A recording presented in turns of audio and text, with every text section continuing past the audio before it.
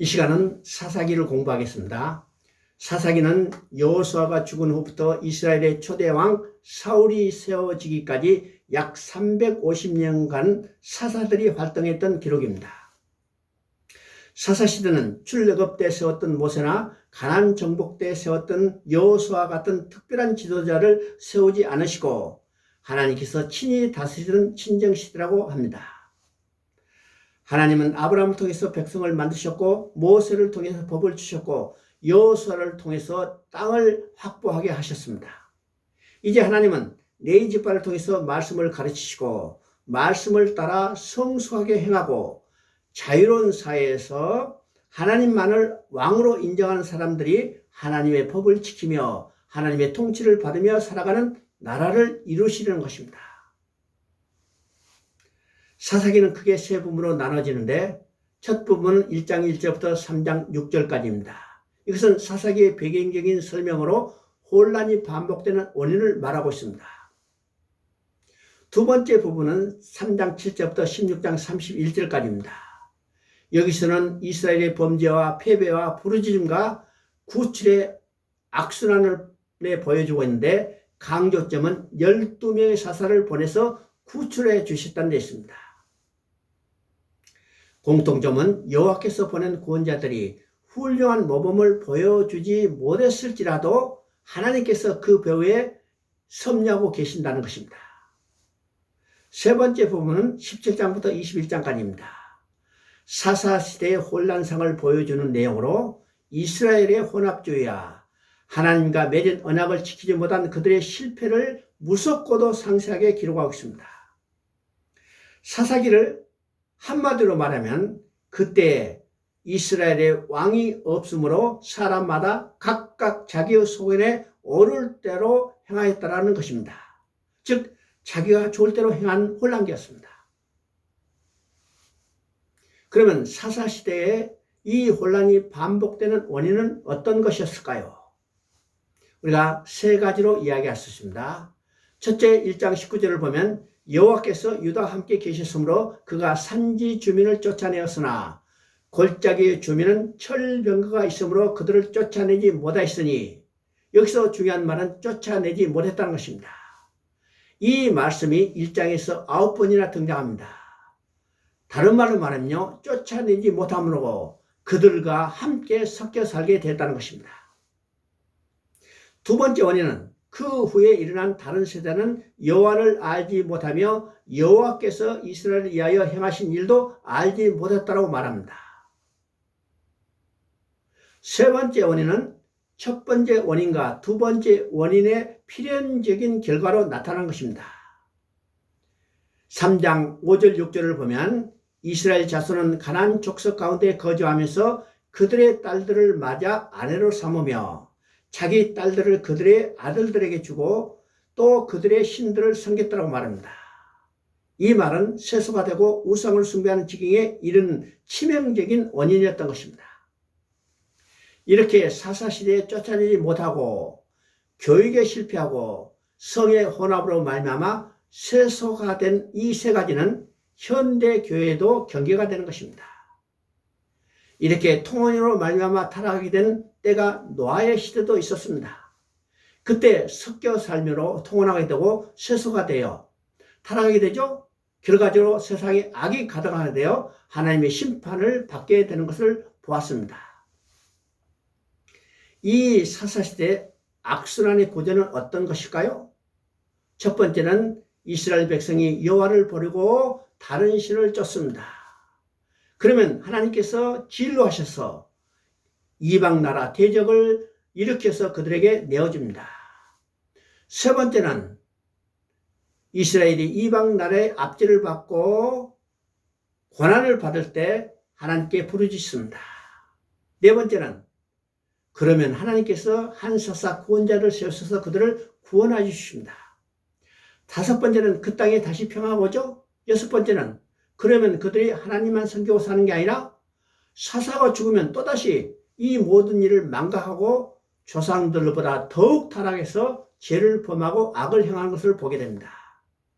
그러면 하나님께서 다시 대적을 일으켜서 그들을 징계하고 또 부르짖고 그러면 하나님은 구원자를 세우셔서 이것을 그들을 구원해 주십니다.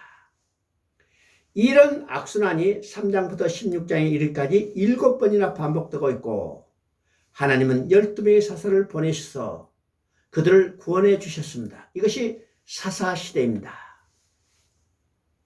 사사시대는 한마디로 해서 하나님께서 친히 다스리시는 고도의 신정체제였습니다. 그러면 하나님께서 어떻게 이스라엘을 친히 다스리셨을까요? 하나님은 레위인들에게 48개의 성읍을 주어서 각 지파가 분배받은 땅에서 분산 배치해서 살게 했습니다. 그러면 분산 배치된 레위인들이 그 땅에 살고 있는 이스라엘 백성들에게 하나님의 법도와 규례를 가르치면 레위 지파로부터 교육받은 대로 그 백성의 땅에 살고 있는 백성들이 행하며 지키며 산다면 하나님의 통치가 이루어지는 겁니다. 근데 7번이나 악순환이 반복되는 동안 레위 지파가 등장하지 않습니다. 17장을 보면 드디어 레인이 등장하는데 그 레인은 거처할 곳을 찾아 헤매다가 미가의 집에 우상을 섬기는 신당의 제사장으로 들어가서 은 10냥과 의복 한 벌을 주고 함께 사자니까 만족하게 여겼다고 합니다. 이것이 타락한 레인의 모습이에요. 두 번째 등장은 19장에서 레인이 등장하는데 이 레인은 첩을 맞이했다고 합니다. 이 19장에서 레인이 첩을 맞이한 사건으로 이스라엘 12지파 간의 전쟁이 벌어집니다. 이 전쟁에서 베냐민 지파가 없어질 일에 처하죠. 만약 베냐민 지파가 없어진다면 어떤 결과를 가져올까요? 이스라엘 12지파의 기초에 세워지는 하나님 나라의 기초가 무너지는 위기에 처하게 될 것입니다. 오늘 우리들도 하나님의 통치를 이루도록 세워진 제사장들입니다. 만약 우리들이 그 사명을 제대로 감당하지 못한다면 이 땅에 세워질 하나님 나라의 기초가 무너지게 될 것입니다.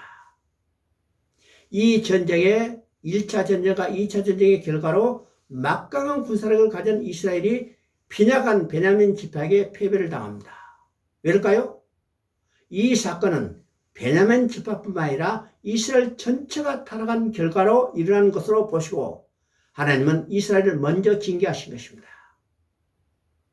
결과적으로 베냐민 지파제가 없어질 위기에 처하자 하나님께서 이를 친히 막아주신 것을 보게 되죠. 이것은 바로 하나님의 자신의 계획과 목적을 실패함 없이 반드시 성취하신 하나님의 것을 우리가 볼 수가 있습니다. 사사기를 보면 사사기가 시작될 때 1장 1절에서 우리 중 누가 먼저 올라가서 가나안 사람과 싸우리까 하고 하나님께 물어봤습니다. 그런데 사사기가 끝날 때 사사기 마지막에서는 20장 18절에서 우리 중 누가 먼저 올라가서 베냐민 자손과 싸우리라고 하나님께 물어봅니다. 타락하기 전에는 적과 싸울 것을 물어봤지만 타락하게 되자 이제는 동족과 싸울 것을 물어보는 것입니다. 이것이 얼마나 사악한 인간의 죄성입니까?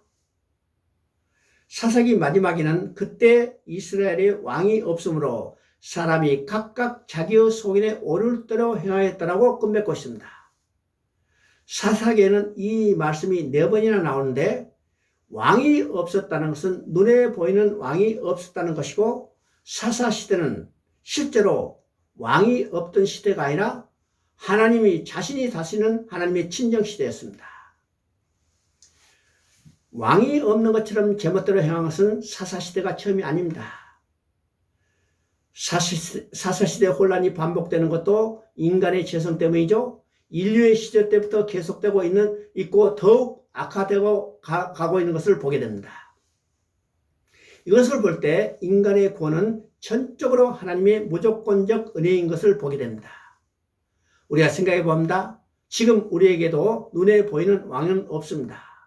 그러나 우리는 영원히 왕노릇 하실 진정한 왕을 모시고 있는 것입니다. 모든 문제는 이것을 망가고 제멋대로 행하는 데 있습니다.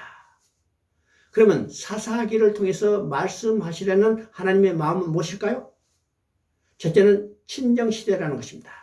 이것이 중요한 것은 신약시대의 체제도 하나님이 친히 다시는 친정시대라는 것이기 때문입니다.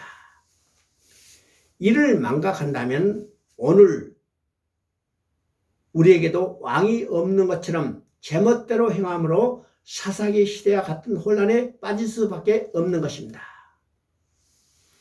두 번째는 인간의 죄성입니다. 왕이 없는 것처럼 제멋대로 행한 것은 사사기 시대가 처음이 아닙니다. 인류의 시대 때부터 조상 때부터 계속되고 있고 더욱 악화되어가고 있다고 그랬죠. 이것을 보여주므로 인간의 구원은 전적으로 하나님의 무조건적 은혜의 기남을 깨닫기를 원하신 것입니다. 그러면 이를 망각하고 제멋대로 행하고 있는 오늘 내인은 누구입니까?